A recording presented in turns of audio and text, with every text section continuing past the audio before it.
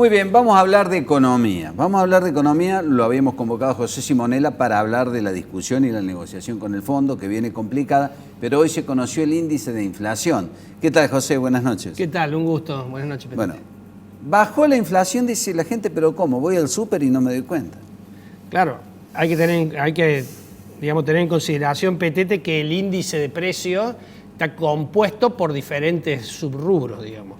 Obviamente el 2,3% es el índice de precio del consumidor en general, donde hay servicios y demás. Alimentos subió el 4 y algo, incluso con toda la política de precios cuidados, etcétera, etcétera.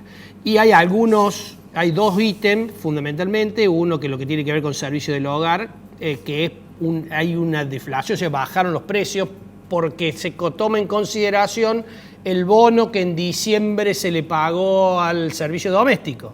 Entonces, como en enero no se pagó ese bono, pareciera que los precios, el gasto en ese rubro cayó. Incluso eso está salvado en 2 notas dentro de los análisis que hace INDEC. Así que, digo, la inflación fue posiblemente un poco más baja que la del mes pasado, pero la que siente la gente todos los días seguramente no fue el 2,3. Claro.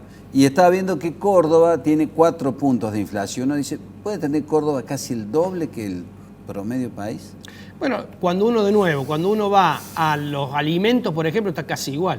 O sea, los ítems más sensibles, lo que todos los días, y fundamentalmente la gente de menores recursos es donde más gasta su presupuesto, digamos, que es en alimentos y bebidas, en esos ítems, tanto provincia como nación están bastante similares. En estos ítems que yo te decía, que se da que hay deflación, entre comillas, digamos, que ha bajado los precios respecto al mes anterior, esto está impactado por este tema del servicio doméstico, por un aumento del 20% que habían tenido un bono, el 20%, los porteros que en enero no estuvo. Así que te diría que la inflación de la provincia o el índice de precio publicado por la provincia puede estar más cerca de lo que sentimos los consumidores a la hora de pagar nuestros servicios. Y recordemos, Petete, que hay tarifas congeladas, que en el caso de Córdoba no pasó eso, digamos, hay algunas tarifas que tuvieron aumento, con lo cual ese rubro también se disparó en Córdoba un poquito más. Eso empuja, ¿no? Eso empuja. Bueno, habrá que ver qué pasa. ¿El año pasado con qué inflación terminamos?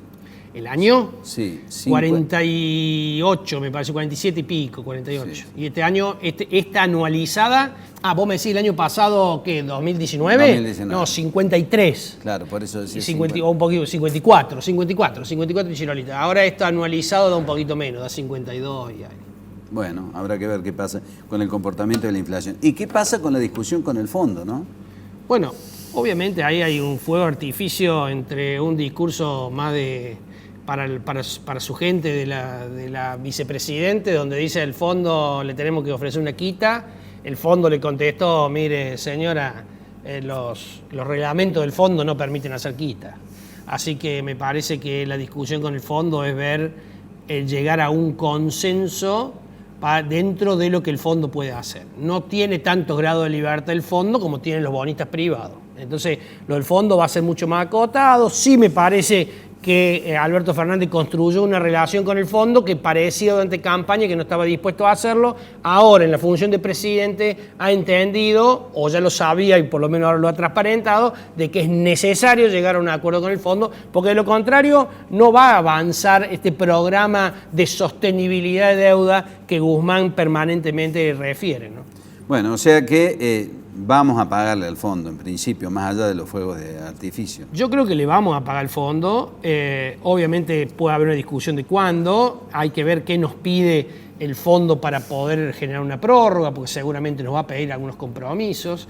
Me parece que la ayuda del fondo va a ser una condición necesaria para llegar a un acuerdo con los bonistas. Los bonistas quieren tener al fondo avalando las posibilidades de Argentina para generar ese superávit fiscal que le permita comprar los excedentes de la balanza comercial y comprar los dólares para pagarle a ellos. Ni nadie, ningún inversor, como no lo haría ningún banco en Argentina y como no lo haríamos ninguno con un deudor, te refinancia una deuda si no sabe cómo se la vas a pagar. Y en fondo, lo que está haciendo, digamos, el fondo va a hacer de auditoría, si querés, de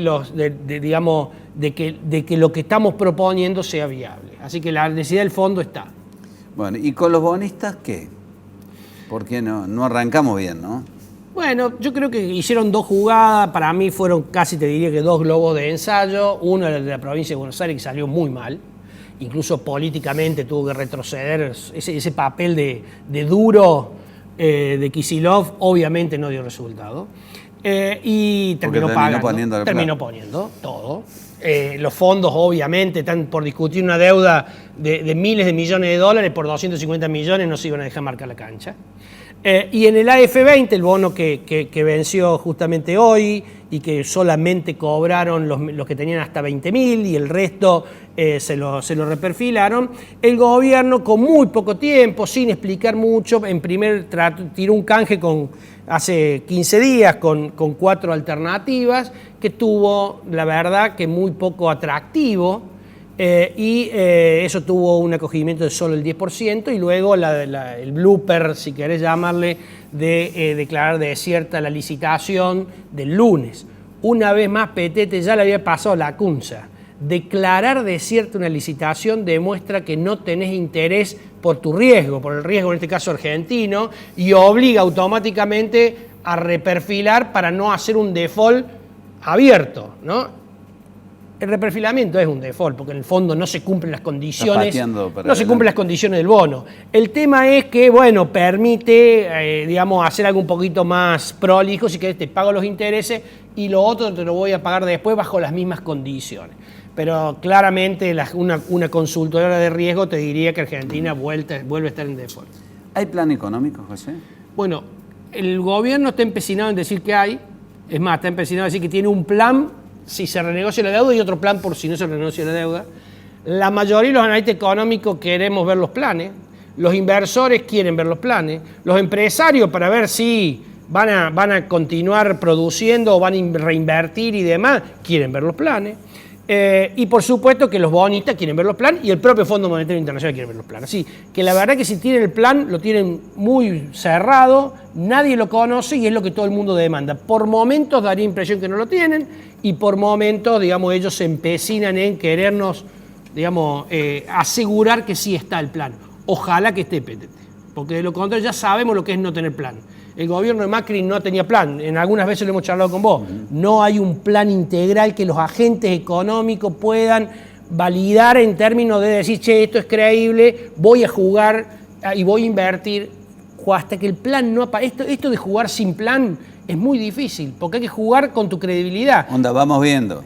Y lo que pasa es que si vos sos un país que tenés credibilidad, te podés jugar no tener plan. Ahora, cuando vos sos un país que no tenés credibilidad, que decís que la deuda no es sostenible, que la tenés que reestructurar, que no vas a poder pagar, que no vas a poder cumplir con el superávit que le prometiste al fondo, que vas a tener que tener un déficit un poquito más de tiempo, la verdad que en ese marco todos decimos, ¿y a dónde estamos yendo? ¿Y claro, para qué?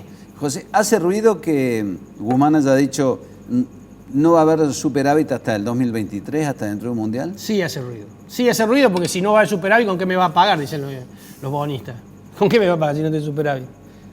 Entonces la verdad que sí hace ruido. Obviamente que algo tiene que decir para adentro, porque en el fondo, lo que está haciendo el gobierno es generar hasta ahora un superávit vía mayor presión tributaria y un achatamiento de la pirámide de jubilados, que lo va a volver a hacer por lo que ha trascendido en estos días una vez más. Entonces, por un lado le está pidiendo sacrificio o le está obligando a hacer sacrificio al sector de los jubilados, fundamentalmente a los que cobran por un poquito más por encima de la mínima, y por otro lado no podría decir que eso lo está haciendo para pagar. Me parece que eso es más discursivo que otra cosa. Yo creo que van a apuntar a tener un superávit, seguramente que sí.